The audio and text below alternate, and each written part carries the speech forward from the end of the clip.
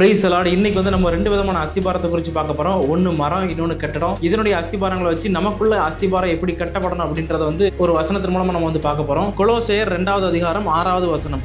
ஆகையால் நீங்கள் கர்த்தராகிய கிறிஸ்து இயேசுவை ஏற்றுக்கொண்டபடியே அவருக்குள் வேறு கொண்டவர்களாகவும் அவர் மேல் கட்டப்பட்டவர்களாகவும் அவருக்குள் நடந்து கொண்டு. அப்ப இந்த வசனத்துல வந்து ரெண்டு விதமான காரியத்தை சொல்றாரு. ஒன்னு கிறிஸ்துவுக்குள் வேறு கொண்டவர்களாய், இன்னொன்று வந்து கிறிஸ்துவில் மேல் கட்டப்பட்டவர்களாய் அப்படின்னு சொல்லி சொல்றாரு. முதல்ல வந்து கிறிஸ்துவுக்குள் வேறு கொண்டவர்களாய் அப்படின்னா, அதாவது ஒரு மரம் வந்து ஒரு 50 அடி வந்து வளரப்போகுது அப்படின்னா அதனுடைய அஸ்திபாரமாகிய வேர்களை தான் முதல்ல வந்து ஸ்ட்ராங் ஆகும். எப்படின்னா அந்த வேர்களை வந்து ஆழமாகவும் அகலமாகவும் முதல்ல வந்து படர விட்டு அதற்கு பிறகு அந்த வேர்களை வந்து நல்ல உறுதியாக்கி கொண்டு அதுக்கப்புறம் தான் ஒரு மரமே அதுக்கடுத்து வளர ஆரம்பிக்கும்.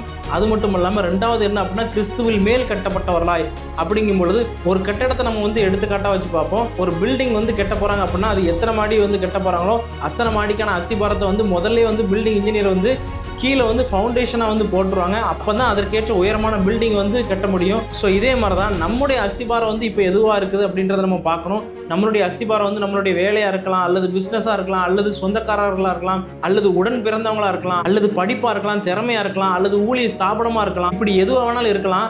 ஆனால் இதெல்லாம் பார்த்தீங்க அப்படின்னா தற்காலிகமான அஸ்திபாரம் தான். இந்த அஸ்திபாரத்து மேலே நம்ம வந்து விசுவாசமாக இருந்தோம்னா என்னைக்கா இருந்தாலும் நம்மளுடைய விசுவாசத்தில் வந்து ஒரு பெரிய ஒரு தடுமாற்றம் வரலாம், அல்லது கீழே விழலாம்.